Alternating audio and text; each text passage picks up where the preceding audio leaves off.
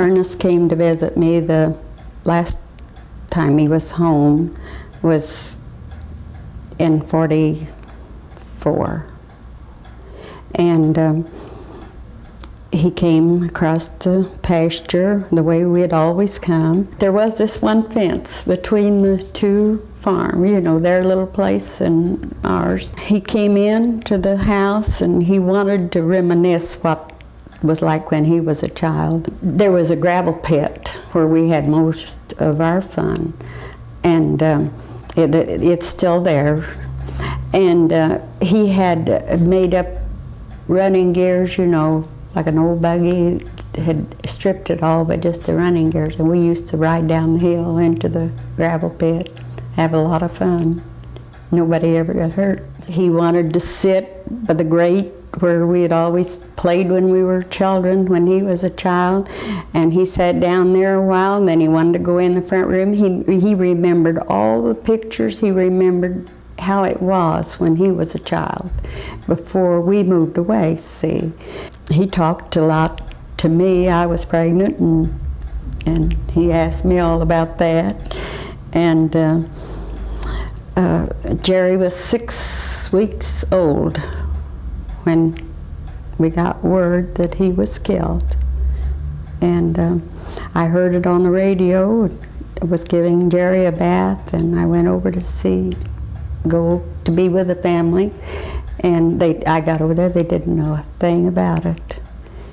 And so the family didn't know? Hadn't been notified of his death. It came in on the radio, I heard it, and I didn't want to tell him because I thought maybe it wasn't so. And I said, Aunt Mary, let's turn on the radio and see what we could find out. And she knew there was something wrong, and or I wouldn't have been there. And it came on the radio that he had been killed, and it was about an hour before they were notified by phone. So you were with his... I was with him. I took him the word when he was killed. Mm-hmm.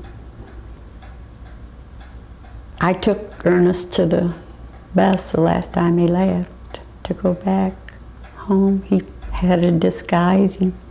I remember when I got over there after him, he had on dark glasses and his hat pulled down, but there was people that recognized him when we got to Clinton.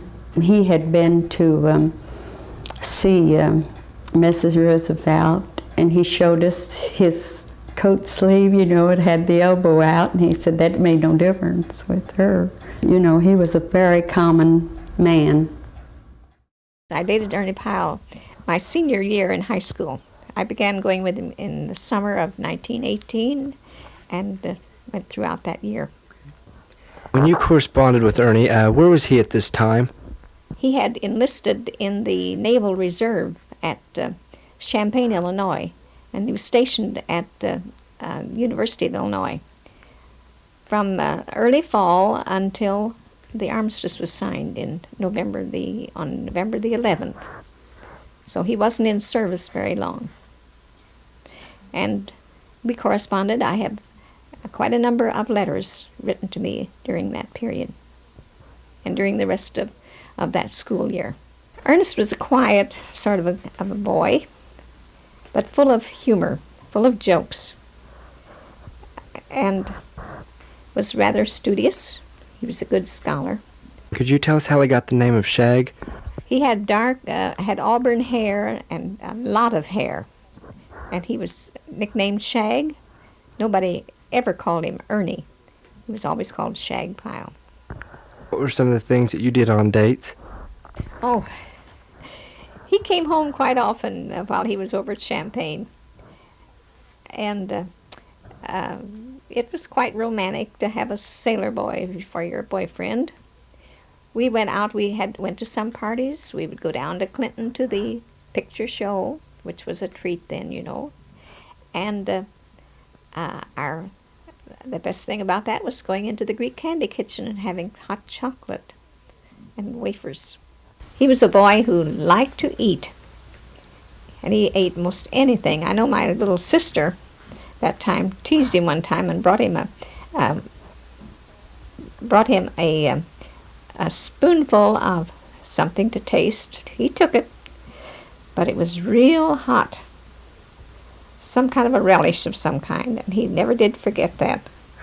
He always said he's going to get even with her. He gave me a wristwatch for Christmas in 1918. He had been home for some time. The armistice had been signed and the war was over. Several of us girls up at the Bono High School had wished for wristwatches from our boyfriends, and when we came back to school after the vacation, we all gathered in the library to see each other's wristwatches.